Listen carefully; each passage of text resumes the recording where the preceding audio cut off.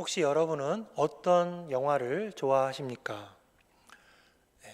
이렇게 말씀드리면 조금 난감해 하실 것 같아서 질문을 좀 다르게 해보겠습니다. 여러분은 어떤 영화를 싫어하십니까? 잘 안 보게 되는 그러한 영화가 있죠. 어떤 영화가 있습니까? 저는 제일 싫은 영화가 멜로 영화입니다.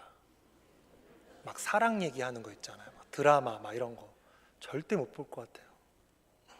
대부분 억지로 울고 짜는 그러한 영화 아니면 마지막이 꼭 행복하게 둘이 잘 살았대요 라고 그렇게 끝나는 경우가 대부분입니다. 저는 그런 영화는 절대로 내 돈을 주고 영화관 가서 보지 않습니다. 또 안 보는 영화 중 하나는 선악 구도가 너무나 분명해서 결국 이 이야기가 선한 영웅이 악한 악당들을 물리치고 끝났다 하는 그런 영화도 저는 보지 않습니다. 제가 이러한 영화를 안 좋아하는 이유는 다른 게 아닙니다. 너무 뻔하고 우리의 현실에 맞지 않기 때문입니다. 선이 항상 이기면 여러분 얼마나 좋을까요? 착하게 사는 사람이 늘 승리하고 모든 연인들이 헤어지는 일이 없이 행복하게 평생 잘 살았습니다. 이렇게 결론이 되면 얼마나 좋을까요? 그러나 여러분, 현실이 그렇습니까? 전혀 그렇지가 않죠.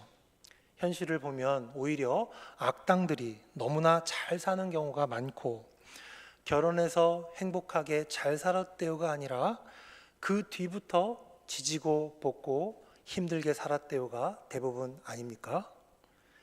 저만 그런가요?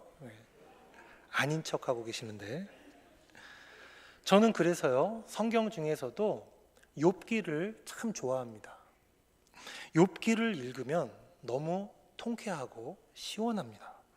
그리고 은혜가 됩니다. 왜냐하면 욥을 보면 저게 바로 삶이지 하는 그런 생각이 들기 때문입니다. 욥을 한번 생각해 보십시오.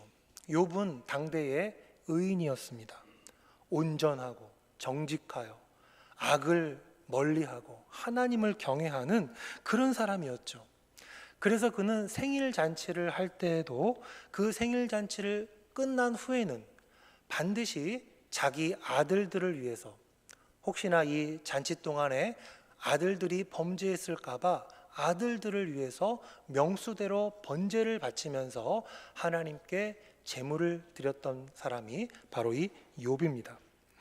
여러분, 이러한 사람에게 우리에게 예상하는 인생, 기대하는 인생은 뭡니까?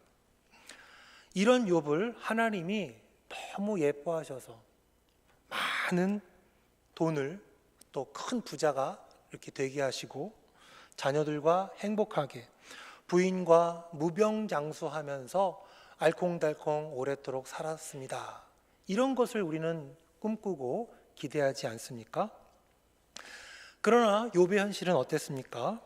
하루아침에 엄청난 시련이 다가와서 아들 7과 딸 3을 하루에 다 잃고 온 재산 다 잃고 몸에 병도 들고 아내는 욕을 하고 도망가 버리는, 그래서 혼자 남게 되는 그러한 신세가 되고 맙니다. 생각해 보십시오. 욥의 그 고통이 얼마나 극심했겠습니까? 아마 욥이 당한 고난 중에 하나만이라도 우리에게 닥친다면 우리는 아마 신앙 다 잃고 우리도 욥의 아내처럼 하나님 욕하고 하나님 떠날지도 모른다는 그런 생각을 해봅니다. 이게 사는 거냐고. 이렇게 사느니 차라리 죽는 게 낫다 싶을 겁니다. 오늘 본문이 바로 그러한 탄식이 담겨있는 그러한 본문입니다. 오늘 본문을 한번 보십시오. 20절에 어찌하여 고난당하는 자에게 빛을 주셨으며 마음이 아픈 자에게 생명을 주셨는고. 욥은 탄식합니다. 하나님, 고난당하는 자에게 왜 빛을 주셨습니까? 마음이 상한 자에게 왜 생명을 주셨습니까? 빛이나 생명은 우리 모두가 추구하는 바인데 고난을 당해보니까 왜 이런 빛을 나에게 줬는지, 왜 생명을 주셔서 살게 하셨는지 너무너무나 하나님이 원망스럽고 미운 겁니다. 또 21절도 한번 보십시오. 21절부터 이러한 자는 죽기를 바라도 오지 아니하고 땅을 파고 숨긴 보배를 찾음보다 죽음을 구하는 것을 더하다가 무덤을 찾아 얻으면 심히 기뻐하고 즐거워하나니 하나님에게 둘러싸여 길이 아득한 사람에게 어찌하여 빛을 주셨는고. 욥은 탄식합니다. 왜 저에게 죽음을 안 주십니까? 제가 땅에 숨은 보배를 찾듯이 땅을 파서 죽음을 발견하려고 그러는데 그러다가 무덤을 발견하니까 너무너무나 기뻐했다는 거예요. 우리 모두가 싫어하는 죽음, 우리 모두가 다 꺼리는 그 무덤, 나는 그게 너무 좋습니다. 근데 왜 안 주십니까? 지금 이런 탄식을 하고 있는 겁니다. 여러분 생각해보면 욥의 이 심령이 충분히 이해가 되지 않습니까?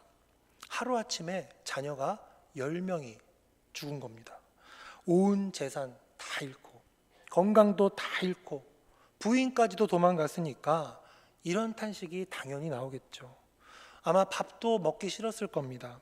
24절에 보니까 나는 음식 앞에서도 탄식이 나며 내가 앓는 소리는 물이 쏟아지는 소리 같구나. 배가 고파서 밥상을 차려놓고 밥을 먹으려고 앉고 보니까 내가 아들 10 다 잃고 건강 다 잃고 부인 잃고 이렇게 앉아서 지금 살겠다고 이 밥 한 수를 넘겨야 되냐 싶은 겁니다. 탄식만 나오는 거죠. 자기 자신이 그래도 먹겠다라고 덤벼드는 자기 자신이 너무 미운 겁니다. 여러분 이게 현실입니다. 우리가 사는 삶입니다. 이처럼 여러분 우리의 삶은요 우리가 예상하는 대로 흘러가지 않습니다. 우리 통제 밖에 있습니다. 아무리 내가 의인으로 살더라도 내가 잔치를 벌이고 난 후에 내 자식들을 위해서 행여나 하는 마음으로 번제를 드린다 할지라도 삶은 우리 뜻대로 우리 계획대로 흘러가지 않는다라고 하는 사실입니다. 이게 바로 욥기가 말하고 있는 현실입니다. 따라서 우리는 두렵죠. 불안합니다. 언제 이 재앙이 우리에게 닥칠지 모른다는 그런 생각 때문입니다. 우리가 예수 믿어서 기대하는, 예수 잘 믿어서 기대하는 현실은 축복받고 건강하고 자녀들이 잘 되어서 알콩달콩 행복하게 오래오래 사는 것인데 실제의 현실은 그렇지 않다는 것입니다. 그러기에 욥도 이렇게 탄식하죠. 25절입니다. 우리 25절, 26절 함께 읽겠습니다. 내가 두려워하는 그것이 내게 임하고 내가 무서워하는 그것이 내 몸에 미쳤구나. 나에게는 평온도 없고 안일도 없고 휴식도 없고 다만 불안만이 있구나. 욥은 말합니다. 내가 두려워하는 그것이 내게 임했구나. 내가 무서워하는 바로 그 질병이 내 몸에 돋았구나 하면서 나에게는 평온도 없고 안일도 없고 휴식도 없고 불안만이 가득하구나 탄식합니다. 여러분 저는 여기서 욥의 이 불안을 보게 됩니다. 흠잡을 데 없이 살았지만 잔치를 벌인 후에도 일일이 번제를 드리는 그런 완벽한 삶을 살았지만 사실 욥은 늘 불안했던 겁니다. 언제 어떻게 어떤 방식으로 내가 염려하던 거, 두려워하던 거, 무서워하던 거 혹시나 벌어지지나 않을까 늘 노심초사 불안했던 겁니다. 여러분 이 욥의 불안이 왠지 낯설지 않고 익숙하지 않습니까? 너무 이해가 되고 공감이 되지 않습니까? 우리도 그렇죠. 그 누구보다도 잘 살았다라고 생각이 들지만 또 이 정도 신앙생활하면 내가 잘하는 것이지 그런 생각이 들지만 우리 내면 깊은 곳에는 이 욥과 같은 불안이 늘 도사리고 있죠. 사탄이 여러분 욥을 이렇게 고소했었죠. 하나님, 욥이 당신을 섬기는 것은 욥이 재산이 많기 때문입니다. 욥이 건강하기 때문에 당신을 섬기는 것입니다. 만일 욥에게 재산을 뺏고 건강을 뺏는다면 반드시 욥은 당신을 배신할 것이고 하나님을 떠날 것입니다. 이렇게 여러분 고소했었죠.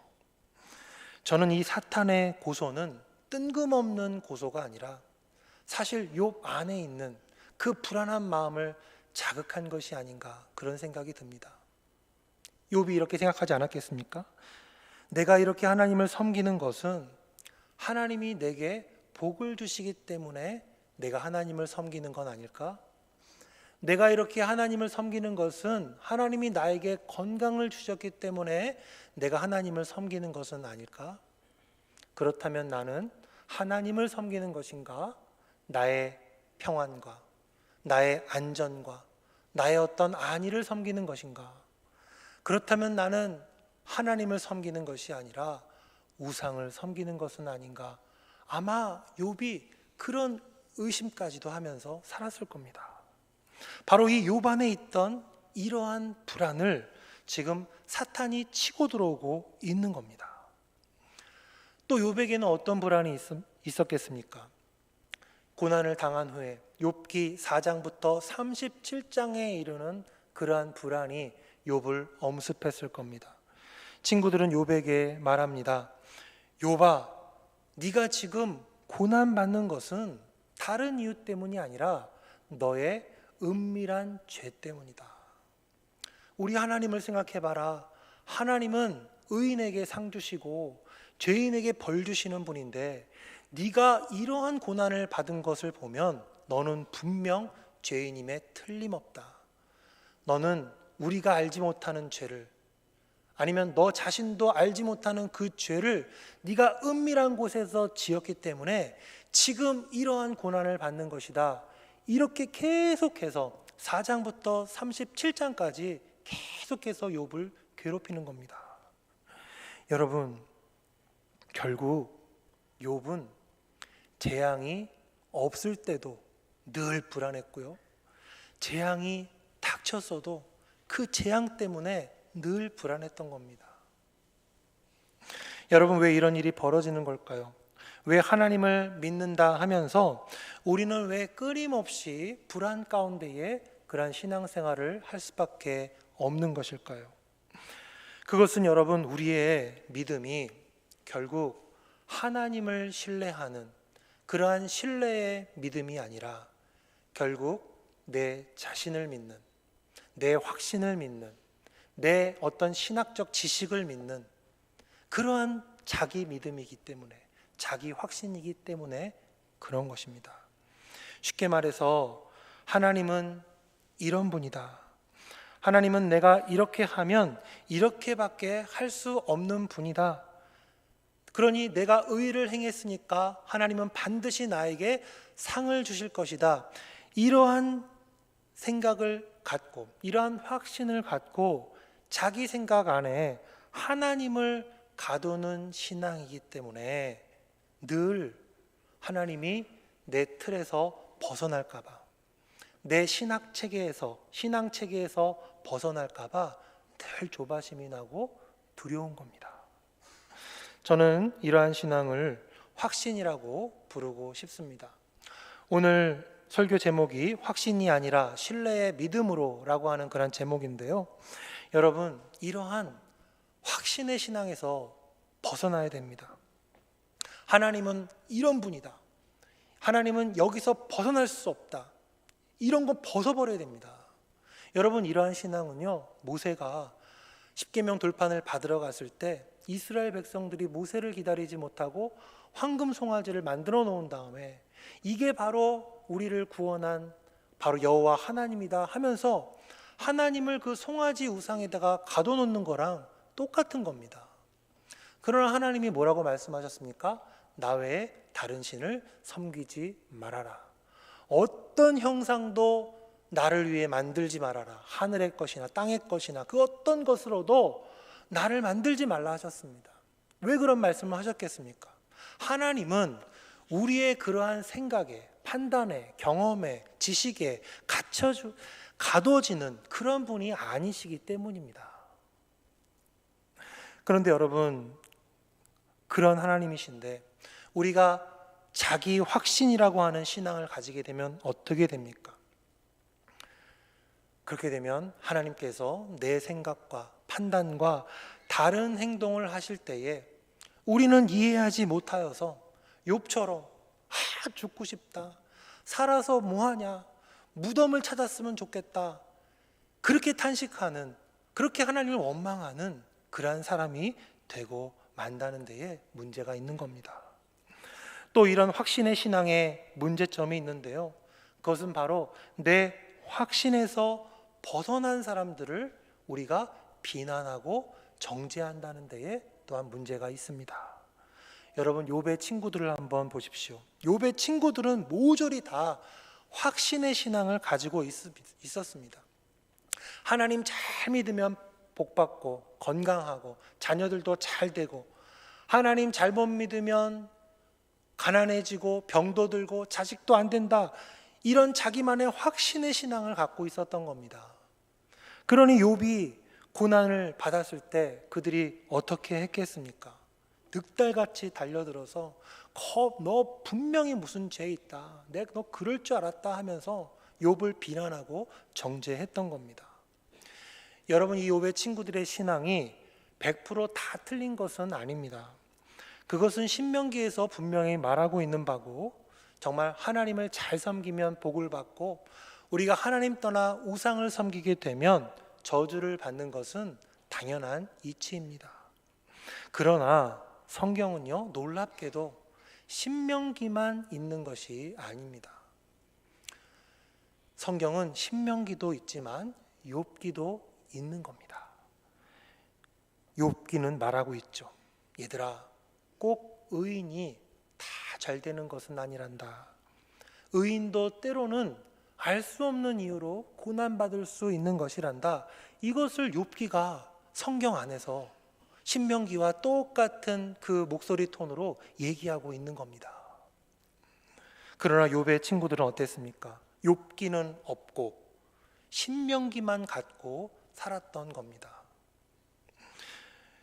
자기 마음대로 성경 안에서 신명기 말씀은 마음에 드니까 끄집어내고, 욥기는 뭔가 불편하고 이런 일이 생기면 안 되는데 왜 이런 예외 상황이 발생하는 거지? 욥기는 안 볼래. 이러면서 하나님을 자기 마음대로 생각하고 사람들을 마음대로 자기 그 재단으로 줄 지어서 그렇게 평가하고 비난하고 정죄했던 겁니다. 뭔가 문제가 있다, 그렇지 않고는 저럴 수가 없다, 우리가 모르는 분명한 뭔 죄가 있을 거다 하면서 뒤에서 수근수근대고 비난하고 정죄했던 겁니다. 왜요? 신명기만 알고 있으니까. 그런 말이 있지 않습니까? 책 한 권만 읽은 사람이 제일 무섭다. 아예 안 읽으면 괜찮은데 딱 한 권만 읽어가지고 그걸로 세상 모든 거를 다 판단하고 생각하는 사람들, 제일 무섭다 그러잖아요. 여러분, 우리도 이런 친구들의 모습과 유사하지 않습니까? 여러분은 집에 무슨 큰 일이 생기면 교회 가서 그 큰 일을 말하고 싶습니까? 아니면 숨기고 싶습니까? 저는 솔직히 숨기고 싶어요. 저만 그런가요? 오늘? 왜냐? 그거 괜히 말했다가 무슨 소리 들을까 봐 걱정이 돼서 그렇죠. 그거 괜히 꺼냈다가 거봐라, 유목사 그럴 줄 알았다, 유목사 이게 문제였다, 저게 문제였다, 이런 거 막 나갈까 봐 그런 일 있으면은 그냥 숨기죠. 말을 하지 않아요. 그래서 어떻게 합니까? 그런 사람들은 아파도 참고 문제가 있어도 말하지 않고 괜찮은 척, 안 아픈 척 그러고 있다가 끙끙 앓다가 결국 문제가 터져서 완전히 해결할 수 없을 그 상황이 오면 조용히 교회를 빠져나가는 겁니다. 연락도 안 되고. 여러분, 이처럼 이 확신의 신앙은 굉장히 문제가 있는 신앙인 겁니다. 하나님과의 관계도 다 파괴해버리고요, 또 이웃과의, 형제 자매와의 관계, 사람과의 관계도 다 파괴해버리는 그러한 신앙입니다. 그렇다면 우리가 가져야 될 참된 신앙은 무엇입니까? 바른 신앙, 하나님 원하시는 신앙은 뭡니까? 바로 신뢰의 믿음입니다. 여러분, 신뢰란 뭡니까? 믿을 신자에다가 의지할 뢰자를 덧붙여서 신뢰라고 합니다. 즉 신뢰라고 하는 것은 상대방을 의지하는 것을 말합니다. 확신과는 다르죠. 확신은 뭡니까? 자기를 믿는 거죠. 자기가 옳다고 생각하는 거, 그거를 확신하는 겁니다. 하나님보다 더. 나의 어떤 지식, 경험, 판단, 성경 공부 지식, 어떤 기도했던 경력, 봉사했던 경력, 그 모든 것, 그러니까 하나님이 아닌 자기가 하는 그 모든 것, 생각과 말과 행동, 자기의 모든 것을 의지하는 것, 믿는 것, 그게 여러분 확신인 겁니다. 결국 여러분 확신의 신앙을 버리고 신뢰의 믿음으로 나아가야 된다라고 하는 것은 다른 게 아닙니다. 내 판단, 내 생각, 내가 옳다고 여기는 그게 틀릴 수 있다라고 인정하는 겁니다. 그리고 내려놓는 거예요. 또 무슨 일을 당해도 섣불리 결론 내리고 낙심하지 않는 겁니다. 야, 이런 고난이 나한테 오다니, 이렇게 살 바엔 나 안 살아, 이런 게 어딨어, 내가 여태까지 하나님을 위해서 한 게 얼만데 하면서 화내고 방문 쾅 닫고 자기 방으로 들어가는 사춘기 소녀 같은, 어린애 같은 그런 신앙 내려놓는 겁니다. 그런 어린애 같은 신앙 벗어나서 그런 일 당할 때에도 보다 큰 뜻이 있겠지. 사실 나는 어떻게 하는 것이 선인지 악인지 나는 모르는 사람이잖아. 뭐가 더 잘 될 건지, 어떤 길이 더 좋은 길인지, 내 눈에는 저 길이 분명 바르고 좋은 길 같은데 어쩌면 잠언의 말씀처럼 필경 사망의 길일지 모르잖아. 그런 생각을 한 번쯤 가져보면서 내 판단을 유보하고 확신을 갖기보다는 주저하고 망설이면서 하나님의 인도하심을 기다리는 겁니다. 믿고 기다리는 거예요. 우리는 너무 빨리 확신의 신앙으로 가고 싶어 하죠. 불확신한 것을 못 견딥니다. 뭔가 빨리 결정되어서 뭔가 해결이 됐으면 좋겠어요. 그러면 평안할 것 같아요. 저희 아이들도 늘 저한테 묻습니다. 아빠, 오늘은 어디 가? 제가 월요일날 애들 많이 데리고 나가거든요. 사실 저도 모르겠습니다. 제가 어디를 갈지. 저도 월요일날 눈 떠서 그냥 가다가 오늘은 여기 가면 좋겠다 하면 그냥 가거든요. 근데 아이들이 전날부터 물어봐요. 오늘 어디 가? 어디 가? 네. 왜 물어보는 겁니까? 불확실한 것을 아이들이 못 견디는 거예요. 빨리 결정을 줬으면 좋겠는 거예요. 그러나 여러분, 그런다고 해서 불안이 해소되지 않습니다. 오히려 자기 확신이 너무나 강하면요, 거기서 조금이라도 벗어나면 난리가 나는 겁니다. 어제는 에버랜드 가기로 해놓고 왜 오늘 갑자기 목욕탕을 가는 거야? 이렇게 하면 아이들이 얼마나 난리가 나겠습니까? 그래서 제가 애들한테 말해주지 않는 거예요. 저도 모르니까. 또 그런 일이 안 생겨도 그래도 불안해하는 거죠. 혹시나 그런 일이 일어나면 어떡하지? 하면서 늘 불안해하는 겁니다. 이 확신을 갖고 싶어갖고 상황을 대처할 어떤 유연성이나 면역력이 없는 겁니다. 제가 지난주에 우리 청년들하고 농구를 했는데요, 제가 20대 때를 생각하고 20대 초반 애들하고 같이 뛴 겁니다. 뛸 때는 신나게 뛰었죠. 일주일 내내 무릎이 아파가지고 알고 보니까 제가 나이가 이제 50이 됐더라고요.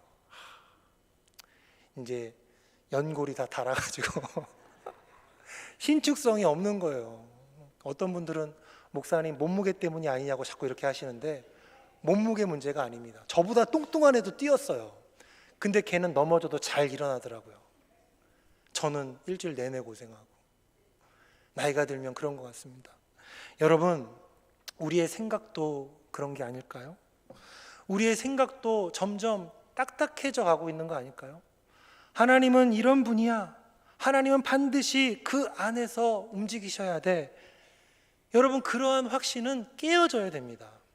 그래서 그것이 유연해져야 모든 상황을 여러분들 여유 있게 받아들이고 그것을 이겨낼 수가 있는 겁니다. 생각하는 거예요. 어려움이 닥쳤을 때, 그래, 신명기만 있는 게 아니잖아. 성경에는 욥기도 있잖아. 욥과 같은 사람도 있어. 시편에도 보면 시편 1편은 복 있는 사람은 잘 되고 악인들은 멸망한다고 되어 있지만 시편 1편만 있는 게 아니야. 시편 37편과 외우기 좋게 37 거꾸로 73편도 보면, 거기도 보면 악인들이 죽을 때까지 평안하고 잘 먹고 잘 산다는 얘기가 얼마나 많습니까? 이것도 있잖아 라고 생각을 하면서 좀 더 여유 있게 생각할 필요가 있는 겁니다. 그러면 여러분, 어떤 상황도 이겨낼 수 있고요, 어떤 형편에도 감사할 수 있고요, 또 어떤 상황 속에서도 낙심하지 않고 하나님께서 하루하루 주시는 위로와 격려와 어떤 작은 선물들을 통해서 매일매일을 살아갈 수 있도록 그렇게 만들어 주십니다. 또한 고난받고 있는 형제 자매를 향해서도 조금 여유 있는 사람이 될 수 있어요. 쉽사리 비난하거나 정죄하지 않는 그런 사람이 될 수 있습니다. 그래, 비록 나는 이렇게 지금 생각하고 있지만 내 생각도 틀릴 수 있지 않을까? 뭔가 내가 볼 땐 아닌 것 같은데 하나님이 저 형제 자매를 통해서도 뭔가 하실 말씀이 있고 하실 뜻이 있지 않을까?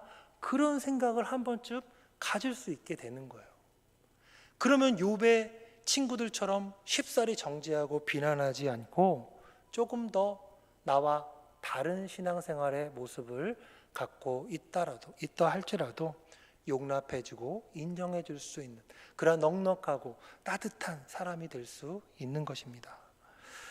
사랑하는 대원의 성도 여러분, 오늘 주보 간지에 넣어드린 이 찬양을 여러분과 함께 나누며 제가 기도하는 시간을 갖고자 합니다. 제가 이 곡을 선택한 이유는 다른 게 아니라 이 후렴 부분에 있는 주님보다 앞서지 않고 겸손하게 주님의 말씀 기다리니 주님 손에 우리를 드립니다. 사랑으로 인도하소서라는 이 가사 때문에 오늘 이 찬양을 선택했습니다. 우리의 문제는 뭡니까? 결국 주님보다 앞서는 것이죠. 하나님, 이렇게 하셔야 돼요. 저를 따라오세요. 하나님, 딴 생각하지 마시고 제가 딱 정해준 그 줄 안에서 거기서만 움직이셔야 돼요 하면서 하나님을 앞서려고 하는 생각, 그게 우리의 문제 아니겠습니까? 오히려 반대가 돼야죠. 내 확신과 내 어떤 지식과 내 어떤 판단, 그런 거 다 내려놓고 항상 하나님께서 나에게 오늘은 뭐라고 말씀하실지를 귀 기울여 들으면서 주님의 그 음성 따라서 뒤쫓아갈 수 있는 그런 우리가 되어야 되지 않겠습니까? 이 한 주도 여러분, 자기를 믿는 확신의 신앙이 아니라 하나님을 신뢰하는 신뢰의 믿음으로 살아가시는 그런 여러분 되시기를 주님의 이름으로 축원드립니다.